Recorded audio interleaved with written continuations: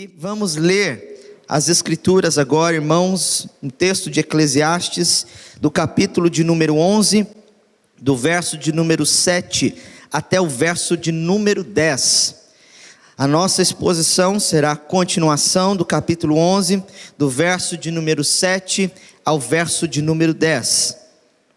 Estamos já seguindo para o final da série de exposições em Eclesiastes, um livro que nos desafia a enxergar a vida debaixo do sol, mas vê-la através do temor do Senhor nosso Deus.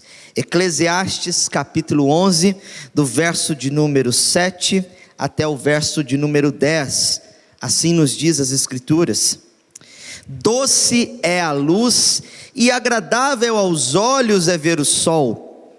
Mesmo que alguém viva muitos anos, deve alegrar-se em todos eles. Contudo, deve lembrar-se de que há dias de trevas, que serão muitos, e que tudo o que virá é vaidade. Alegre-se, jovem, na tua mocidade, e que o seu coração lhe dê muita alegria nos dias da sua juventude. Ande nos caminhos que satisfazem ao seu coração e agradam aos seus olhos. Saiba, porém, que de todas estas coisas Deus lhe pedirá contas. Afaste do seu coração a mágoa e remova de seu corpo a dor, porque a juventude e a primavera da vida são vaidade. Vamos orar mais uma vez, irmãos. Obrigado, Senhor Jesus, pelo privilégio que Tu nos dás aqui agora, de podermos verdadeiramente ler a Tua palavra e de sermos ministrados por ela. Fala o nosso coração, meu Senhor, nos conduza, ó Deus, em tudo aquilo que nós precisamos ouvir e aprender da Tua parte para a nossa vida. Assim nós te pedimos nesse instante, no nome santo de Jesus, amém. Meus irmãos, desde o domingo passado, quando nós temos exposto esse capítulo de número 11 de Eclesiastes, algo sempre me chama a atenção, algo que eu falo que, que são os contrastes da vida. A vida não é só marcada por coisas boas, por dias bons, por dias ensolarados. Há sempre os contrastes que estão marcando a nossa vivência. Se existem os dias ensolarados, o contraste são os dias chuvosos. Se existem as coisas salgadas, existem também as coisas doces. Se existem as coisas boas, doces, ou também existem as coisas amargas da vida. E este capítulo 11 de Eclesiastes, especialmente nesses versos que nós lemos, e que se estende também para o capítulo 12, quando o pregador aqui, ele faz um poema relacionando a vida do idoso, a vida do jovem e a celebração da vida de uma maneira geral, nós percebemos esta junção de amargo, de doce, de agridoce na nossa vida. As coisas na nossa vida, por causa do estado de pecado, da queda em que nós estamos, elas sempre também tendem a ser marcadas por momentos ruins, por momentos adversos. Mas o grande destaque para nós aqui do pregador é que em todos esses momentos nós podemos nos alegrar verdadeiramente. Apesar das muitas dificuldades, apesar da vida sendo vista por meio dessa perspectiva debaixo do sol, do aqui e agora, ela é vaidade, ela é como uma nuvem que vem e que passa, certo? Diante de todos esses acontecimentos, qual é de fato a ordem, qual é de fato a recomendação do pregador para nós? E aqui então, eu quero destacar para os irmãos a grande verdade deste texto. Ele nos ensina que nós devemos nos alegrar em todo o tempo, mas com temor a Deus. Que nós podemos e devemos viver a vida com alegria e temor ao nosso Deus. O grande ensinamento que o pregador nos destaca aqui é: alegre-se com a sua vida, mas viva-a com o temor de Deus. Alegre-se em todos os dias da sua vida, mas viva os seus dias no temor de Deus. Esse contraste é muito marcante nesses versos que nós vemos aqui, sobre a alegria de viver a vida, mas de vivê-la de um modo sábio diante de Deus. E como isso é visto aqui nesses versos que o pregador aqui então nos traz, quase que já encerrando toda a sua pregação, a sua mensagem por meio deste livro. Em primeiro lugar, nos versículos de número 7 e 8, aqui ele fala sobre a alegria de se viver a vida. Veja só o que diz o versículo 7 e 8. Doce é a luz e agradável aos olhos é ver o sol. Mesmo que alguém viva muitos anos, deve alegrar-se em todos eles. Contudo, deve lembrar-se de que há dias de trevas, que serão muitos, e que tudo o que virá é vaidade. O primeiro verbo que ele nos traz aqui é que nós devemos nos alegrar em todos os dias da nossa vida. E ele começa fazendo aqui uma constatação para todos nós. Ele começa dizendo: doce é a luz e agradável aos olhos é ver o sol.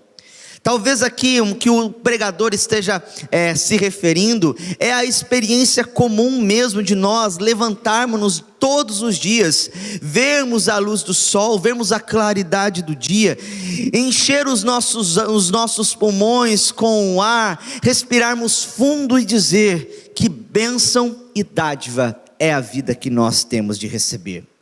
De modo algum, o pregador quer trazer uma visão pessimista, dizendo que a vida não vale a pena, dizendo que a vida não merece ser vivida. Pelo contrário, a despeito de tudo que ele falou, dos desafios, da vaidade, da opressão que existe neste mundo, a vida, meus irmãos, é algo que deve ser vivida com alegria todos os nossos dias. Depois de ter expresso aqui nos primeiros versos do versículo 11, trazendo um encorajamento para que nós sempre investamos na nossa vida espiritual, na vida, que nós não deixemos de semear nas coisas, nos campos da nossa vida, da nossa trajetória, aqui ele destaca o quão bom e quão alegre é poder viver. Como cristãos, nós sempre seremos a favor da vida.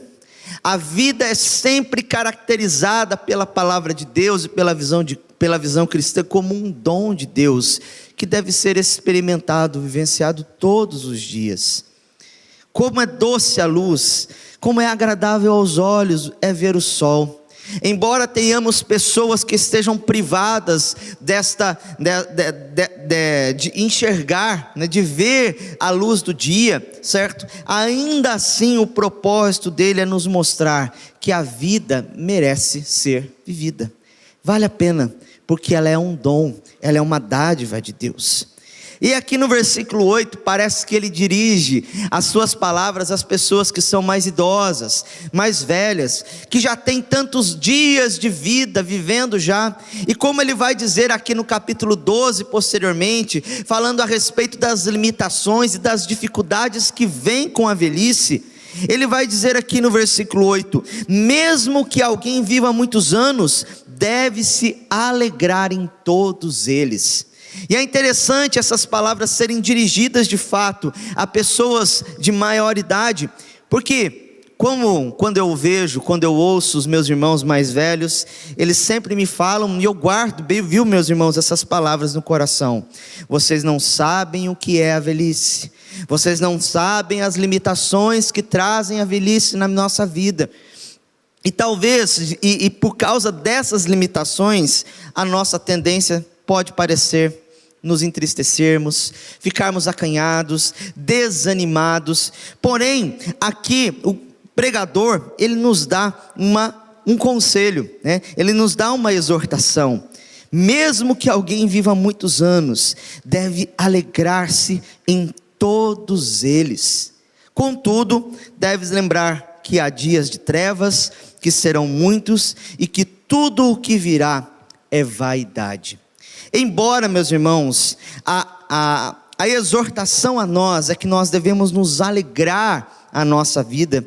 Nós devemos nos lembrar disso, que a vida ela não é feita apenas de bons momentos.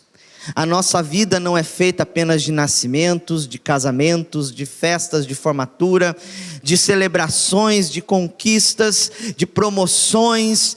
A nossa vida também, ela é feita por perdas, feita por luto, feita por momentos de tristezas, feita por desempregos, feitas por momentos de privações, feitas também por enfermidades.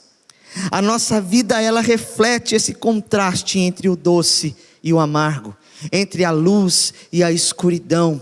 Na nossa vida experimentamos essa realidade, e esta realidade, meus irmãos, é inegável para qualquer pessoa. Mesmo aquele que pode se gabar de ter muito conhecimento, mesmo aquele que pode se gabar de ter muito dinheiro ou uma conta poupuda no banco, nada lhe impedirá de passar pelos dias ruins. Então, a perspectiva que o pregador nos traz aqui é uma perspectiva realista. Porém, ele nunca nos encoraja ao contrário. Ele nos encoraja a dizer, apesar de tudo isso, a vida, ela é doce. Por isso, alegre-se nos dias em que você está vivendo. Viva com intensidade, com verdadeira alegria. E é interessante quando nós olhamos para as Escrituras, meus irmãos, que as Escrituras falam da verdadeira felicidade daqueles que temem ao Senhor. Eu lembro aqui do Salmo de número 1, o Salmo que muitas vezes nós decoramos enquanto nós somos adolescentes, pelo menos aconteceu comigo. Na época da minha conversão, eu procurava decorar estes salmos, né? Bem-aventurado o homem que não anda segundo o conselho dos ímpios, não se detém no caminho dos pecadores, não se assenta na roda dos escarnecedores, antes o seu prazer está na lei do Senhor, e na sua lei medita de dia e de noite, pois serás como árvore plantada junto a ribeiros de água, que na estação própria dá o seu fruto, cuja folhagem não murcha. E o ímpio, porém, não é assim, é como uma moinha que o vento espalha. E o Salmo continua dizendo, e eu me esqueci do restante, mas aqui ele está enfatizando a alegria do crente, daquele que teme a Deus. A vida, meus irmãos, com Deus, conforme as Escrituras nos mostram, não é uma vida baseada no tédio, ou uma vida baseada naquela mecanicidade de levanta, trabalha, vai para a igreja, volta, levanta, trabalha, vai para a igreja, volta para casa. Aqui nós estamos experimentando a beleza da vida, a doçura que é viver.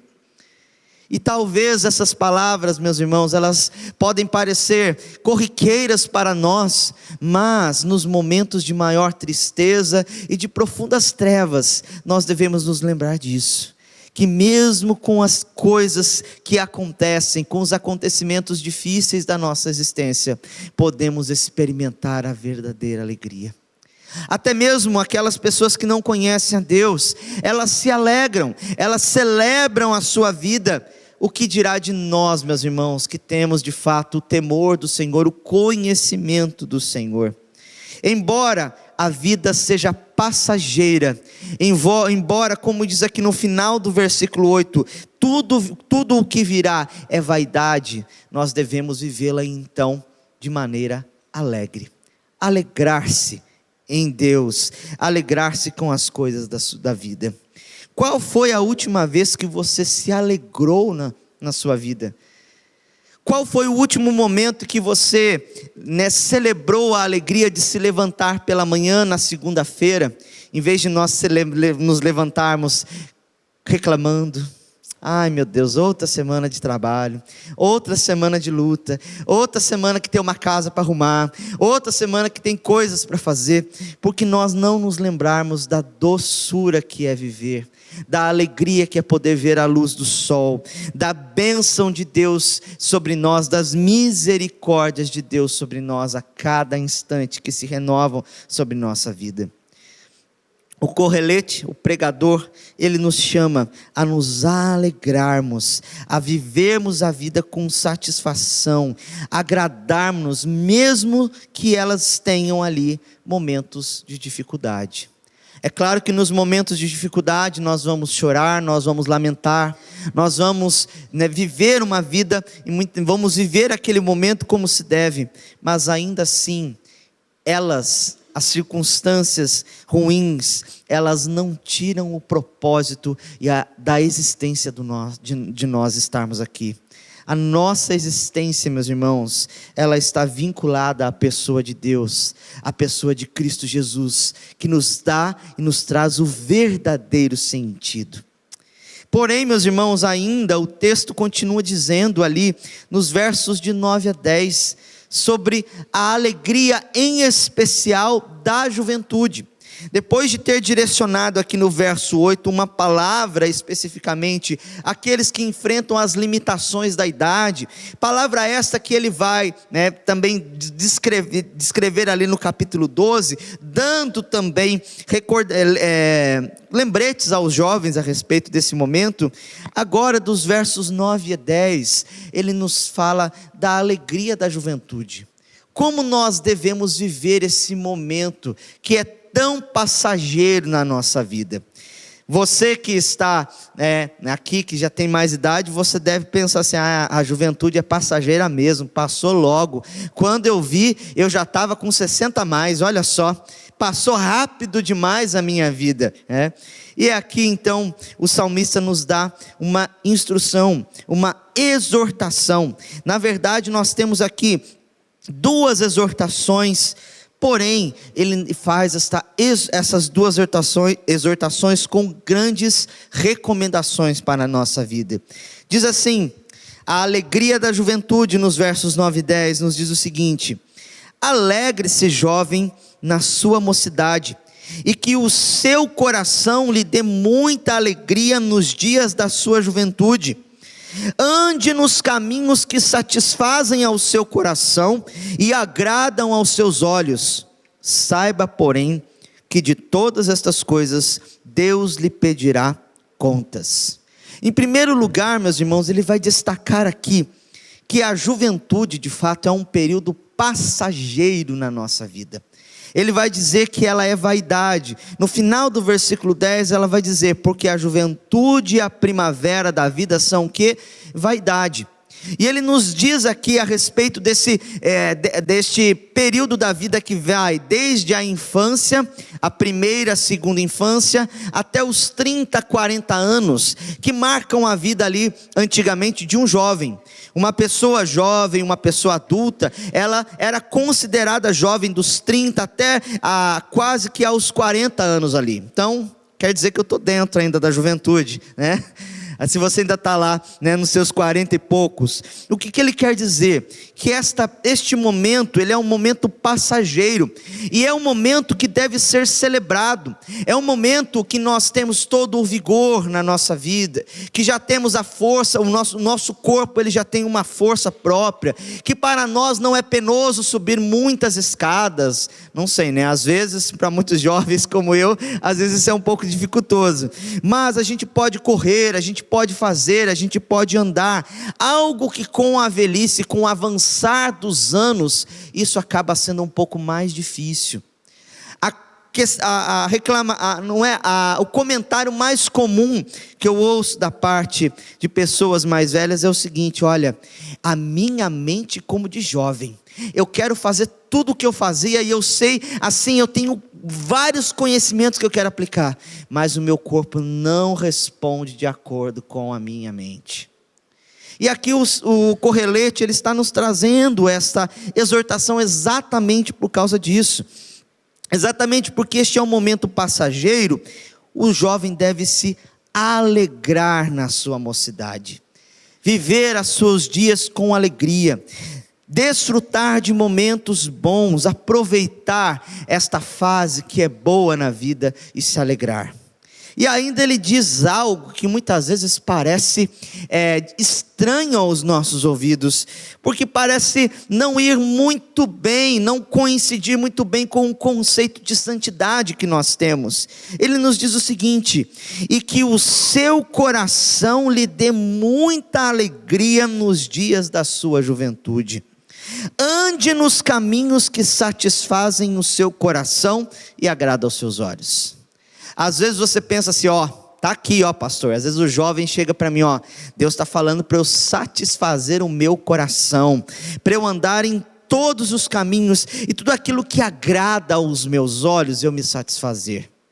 E de fato, aqui o Correlete está dizendo, é nos períodos da juventude que a nossa tendência mais forte é de nos entregarmos aos prazeres da nossa vida, nos entregarmos aos prazeres sensuais, aos prazeres da bebida, aos prazeres da diversão. Porém, meus irmãos, Ele nos dá uma admoestação. A continuidade do versículo 9 no final, ele nos diz o seguinte: saiba, porém, que de todas estas coisas Deus lhe pedirá contas.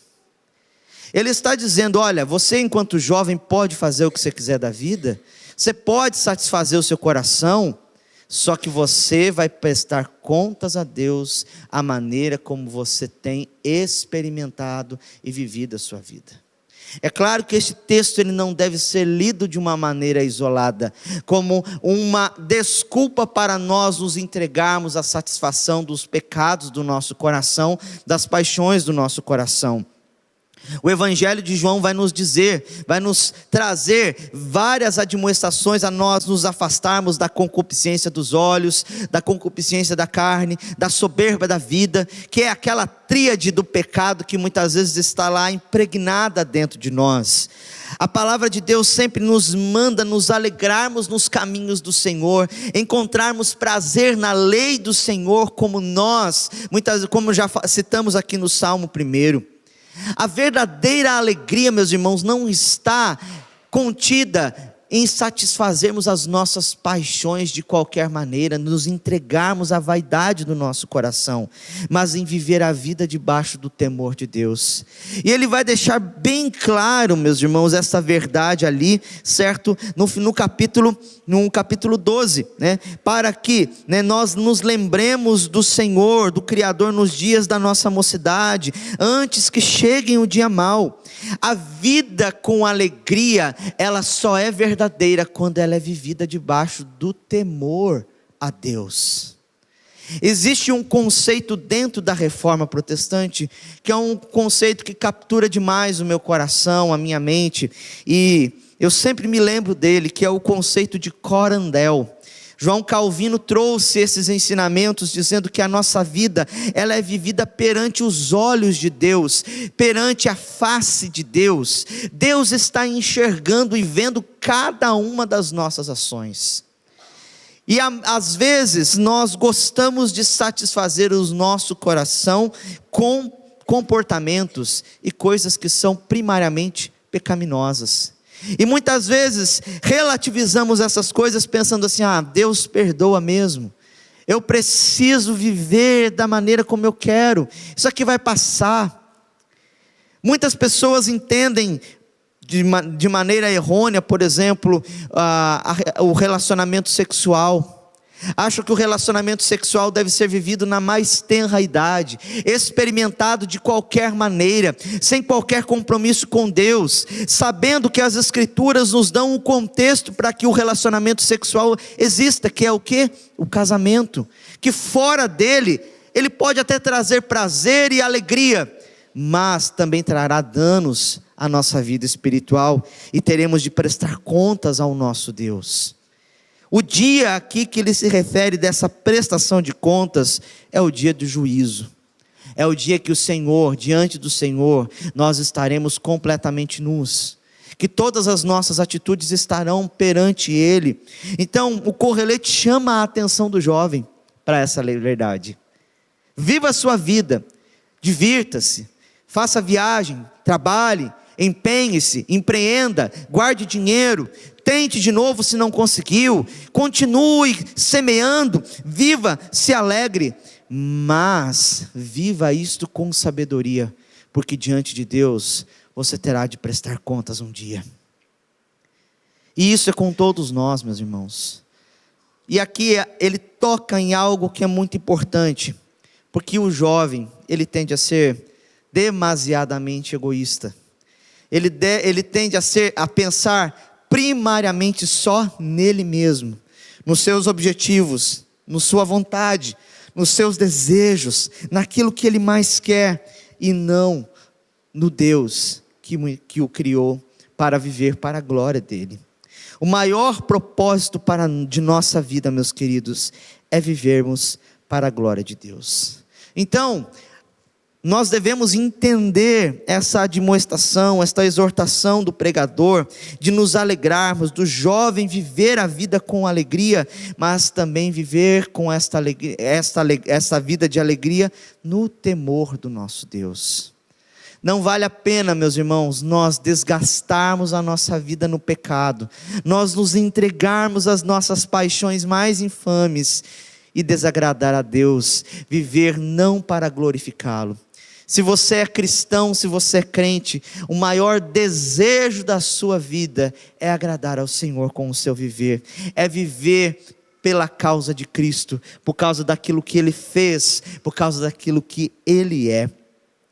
E ainda algo mais interessante Ele nos fala, no versículo 10 Ele nos diz o seguinte: afaste do seu coração a mágoa e remova do seu corpo a dor, porque a juventude e a primavera da vida são vaidade. Ele ainda direciona essas palavras aos jovens, mas ela tem aqui, ao meu ver, uma aplicação universal para nós enquanto crentes.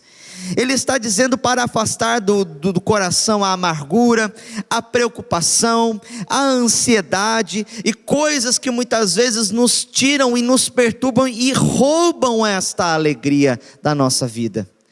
Há coisas na nossa vida, meus irmãos, que tendem a roubar a alegria, que tendem a nos deixar cada vez mais afastados do propósito de Deus. E aqui ele nos fala especificamente para afastar do coração, deixar para lá, empurrar, tirar isso do seu caminho, para que você experimente de fato uma vida alegre, que é o coração, a mágoa do coração, e remover a dor. A dor aqui não é a dor física, obviamente, porque nós não conseguimos remover a dor física a não ser com remédios, a não ser com analgésicos, com tratamentos medicinais, mas a ideia aqui é que realmente nós cuidemos do nosso coração. Para viver, irmãos, uma verdadeira alegria, uma vida de alegria no temor de Deus, é preciso cuidar do nosso coração. É preciso afastar do nosso coração coisas que nos atrapalham na nossa jornada com Deus. O escritor da carta aos Hebreus, ele fala muito bem desta realidade, né? Quando no capítulo 12 ele diz: uma vez que nós estamos rodeados de tão grande nuvem de testemunhas, fazendo uma referência àqueles heróis da fé do capítulo 11, ele diz assim, né? Desembaracemo-nos de todo o pecado que nos rodeia e corramos com perseverança a carreira que nos está proposta. A ideia sempre nos traz aqui uma atitude da nossa parte de nos desembaraçarmos, de nós afastarmos aquilo que nos impede de viver a vida diante de Deus. E irmãos, vivendo no mundo que nós estamos vivendo, numa geração onde a ansiedade está cada vez mais presente. É claro que a ansiedade, ela está presente ao longo de toda a vida, de toda a era humana, desde que o homem é homem, desde que ele caiu, na verdade, desde que ele caiu nos seus pecados, por causa do seu pecado, a ansiedade, ela está adentrando o nosso coração. As mágoas, os ressentimentos, eles vêm com os relacionamentos rompidos, com coisas mal resolvidas. Porém, o Correlete nos diz que nós precisamos afastar essas coisas. E quando ele diz afastar, não é para pôr debaixo do tapete. Porque às vezes a gente pensa assim, né? Depois eu lido com isso, deixa eu colocar ali debaixo do tapete, deixa eu deixar ali a sujeira, e a sujeira vai aumentando até fazer aquela montanha, né? Não, é para nós lidarmos com essas situações. E situações como mágoa, situações como ansiedade, elas muitas vezes são difíceis de ser tratadas, mas elas não são impossíveis de ser tratadas de acordo com a graça de Deus. O Senhor tem nos dado graça, irmãos, por meio da sua palavra, por meio de aconselhamento, por meio de tratamentos que nós podemos de fato receber alívio e experimentar a alegria da parte de Deus e do Espírito Santo. Precisamos cuidar do nosso coração. Eu me lembro aqui, de fato, da exortação de Provérbios, que nós, muitas vezes conhecemos no capítulo 4, quando diz que sobre tudo o que se deve guardar, guarda o teu coração, porque dele procede as fontes da vida.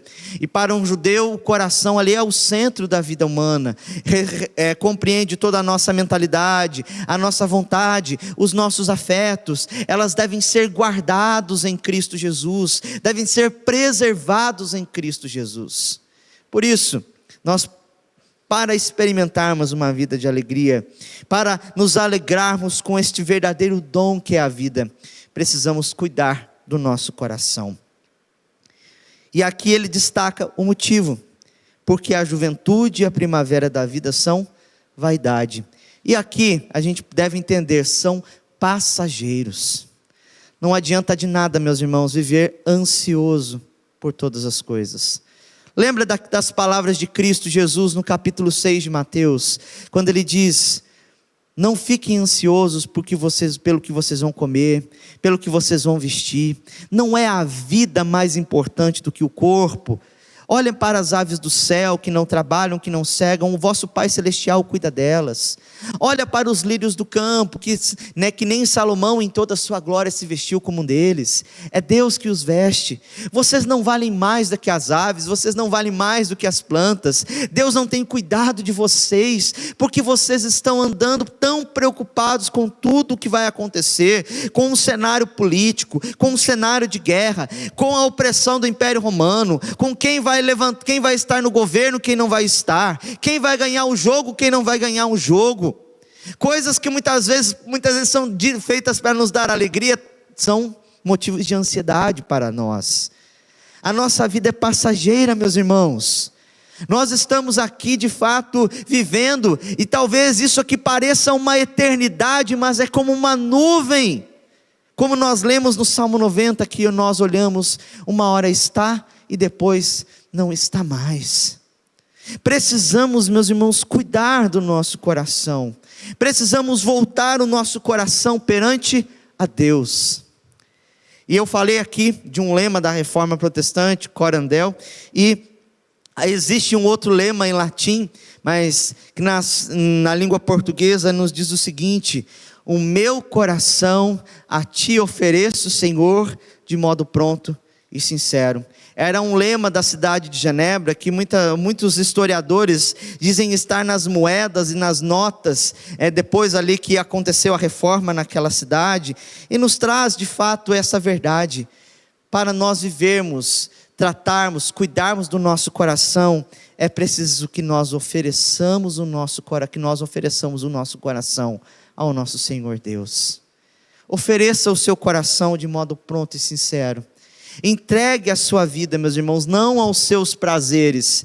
Viva os dias da sua juventude para servir a Deus, porque é nele que nós encontramos verdadeiro prazer e verdadeira alegria.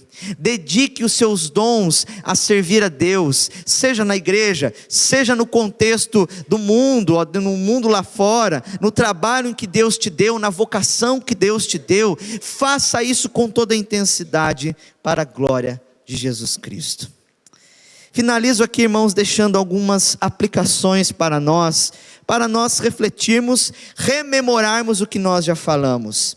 Em primeiro lugar, eu destaco com vocês: a vida é um dom de Deus. Se lembre disso. E aqui nós somos, quanto cristãos, sempre preservadores da vida. Nós somos contra qualquer filosofia que tire a vida do outro de qualquer maneira, de maneira assim inadequada. Somos contra o aborto, porque a vida é dom de Deus e só Ele pode dar e Ele pode tirar. Somos contra o suicídio, a prática da eutanásia, do suicídio assistido, na sua maioria, porque só Deus pode dar a vida e só Ele pode tirar a vida. A vida nos foi dada para viver de acordo com os propósitos de Deus. Em segundo lugar, eu destaco, meus irmãos, dias difíceis fazem parte da vida. Talvez você esteja aqui, mas não seja um momento em que você esteja celebrando. seja um momento que você esteja chorando a perda de um ente querido, seja um momento que você está lutando contra uma enfermidade que persiste, sintomas que vêm, que voltam, que nunca sara, aquela enfermidade que está lá incomodando o seu coração. Esses dias fazem parte da nossa vida, esses dias acontecem, todos nós somos pegos pelo dia mau, mas nós temos a promessa de que Deus está conosco em todos os momentos. Jesus disse aos seus discípulos: eis que estou convosco todos os dias, até a consumação dos séculos. É essa promessa, meus irmãos, que faz a igreja perseverar, é esta promessa que nos faz colocar o pé fora da cama todos os dias, um passo na frente do outro, na mesma direção, no mesmo sentido, porque nós reconhecemos que Deus tem cuidado de nós em todos os momentos. Por isso, se você está passando por dias difíceis, se você está sofrendo, se você está experimentando lutas dolorosas contra o pecado, a nossa exortação é: olhe para Cristo, porque é nele que nós encontramos a verdadeira alegria. E isto foi o que aconteceu com o apóstolo Paulo, em meio a uns momentos de grande tristeza ali, quando ele dirigiu aquela carta aos Filipenses, quando estava preso. Mesmo que a prisão de Paulo ali tenha sido uma prisão domiciliar, com alguns privilégios, era uma prisão. Não podemos descartar isso como algo de somenos importância, mas ele descreve a sua alegria no Senhor, por receber o afeto, a ajuda dos irmãos filipenses, e encoraja toda aquela igreja a alegrar-se no Senhor. Os profetas nos diz que a alegria do Senhor é a nossa força. Quando nós não conseguimos nos alegrar, porque dias são maus, e a tristeza muitas vezes nos acomete de modo muito intenso, tal como nas palavras do Salmo ali de número 42, 43, onde o salmista descreve a sua tristeza como cachoeiras, como ondas e vagas passando sobre si, e ele não consegue ver uma luz no fim do túnel. Ainda assim, o Senhor está presente. É Ele quem nos sustenta e nos fortalece. Por isso, coloque os olhos em Cristo Jesus.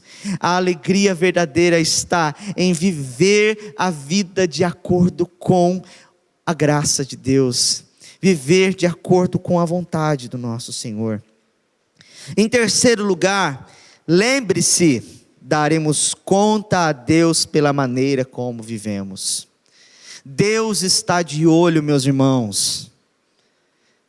Não sou eu que olho a vida de vocês, que fiscalizo a vida de vocês, e nem é o meu interesse fazer esse tipo de coisa, não qualquer outro presbítero ou oficial da igreja, mas Deus está vendo tudo aquilo que está acontecendo conosco, e todo pecado não confessado diante do Senhor, nós daremos conta. Por isso, viva a sua vida com sabedoria no temor do Senhor. Quando o pecado bater à sua porta, buscando satisfazer as paixões do seu coração, lembre-se de que os olhos do Senhor estão sobre você. Os olhos do Senhor estão olhando, Ele perpassa por toda a terra. Só que, como nos diz 1 Samuel, para fortalecer aqueles que são totalmente deles. O Senhor está presente para nos fortalecer nas nossas maiores lutas. Por fim, a maior realização da vida é viver para Cristo. Todas as coisas que nós nos empenhamos a fazer, elas são boas. As faculdades, os mestrados, os trabalhos, as promoções, as viagens, as festas, as celebrações, elas têm grande importância na nossa vida e devemos nos alegrar grandemente com todas essas bênçãos de Deus. Porém, nada é maior do que Cristo. O apóstolo Paulo, como nós exemplificamos aqui, ele sabia muito bem disso, quando ele disse: porque para mim o viver é Cristo e o morrer é lucro. Ele entendia que a vida dele não fazia sentido nenhum, se ela não estiver fundamentada na pessoa e na obra do nosso Senhor Jesus Cristo. Irmãos, que grande graça é essa de nós sermos recebidos pelo Senhor. Que alegria para nós que éramos pecadores, inimigos de Deus, E nada em nós, irmãos, fez com que Deus nos escolhesse. Foi somente o seu amor, foi somente a sua graça que nos trouxe até aqui, que nos sustenta, que nos faz participar da sua ceia, de participarmos da vida do Espírito, de termos o Espírito Santo habitando dentro de nós. Tais coisas são demasiadamente preciosas para nós. E para finalizarmos este momento, gostaria de cantar com os irmãos, após a oração, a bênção e o tríplice amém, um hino que fala muito a respeito disso. Sou feliz, o hino de número 109, que nos lembra desta verdade. Quando ele foi composto, a letra foi composta pelo autor, ele estava vivendo um momento de grande tribulação na sua vida. Quando ele perdeu 2 de suas filhas, tinha perdido suas posses, sua empresa tinha sido falido ali na Inglaterra. Ele vem tentar nova vida nos Estados Unidos e acontece de que ele perde num acidente de navio as suas 2 queridas filhas. E diz na tradição que, passando de navio no mesmo lugar onde o navio com as suas filhas tinha afundado, ele compôs esse hino, dizendo: se paz a mais doce me deres gozar, se dor a mais forte sofrer, ó seja o que for, tu me fazes saber que feliz com Jesus eu estou. Ou numa tradução mais apropriada, que eu estou bem com o Senhor. Está tudo bem com a minha alma, apesar das dores, apesar das tristezas. Por isso, quero convidar você para se colocar de pé nesse instante, para orarmos ao nosso Deus e cantarmos essas verdades tão preciosas.